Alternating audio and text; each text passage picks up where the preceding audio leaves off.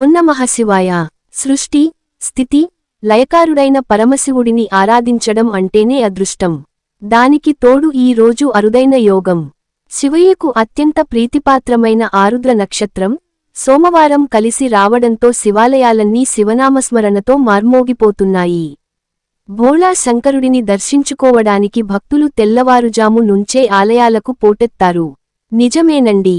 కొండంత అండగా నిలిచేవాడు, భక్తులు భక్తితో సమర్పించే చెంబెడు నీరు, చిటికెడు భస్మం, 3 దళాల మారేడు పత్రంతోనే పరవశించిపోయి కోరిన కోర్కెలు తీర్చే కైలాసవాసుడు ఆయన.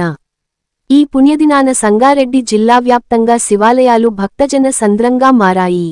ముఖ్యంగా సంగారెడ్డి పట్టణం, పోతిరెడ్డిపల్లిలోని అతి పురాతనమైన, అత్యంత మహిమాన్వితమైన శ్రీ కేతకీ సంగమేశ్వర స్వామి ఆలయంలో లింగరూపంలో కొలువై ఉన్న పార్వతీపతికి వేదమంత్రోచ్చారణల మధ్య భక్తులు పంచామృతాలతో అభిషేకాలు నిర్వహించారు.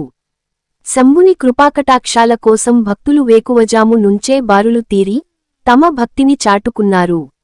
భక్తి భావంతో పరవశించిపోయిన భక్తులు తమ కష్టాలన్నీ తీరి లోకమంతా సుభిక్షంగా ఉండాలని ఆ నంది వాహనుడిని ప్రార్థించారు. Ram Dayal Rebba, R7 news, Sangareddy.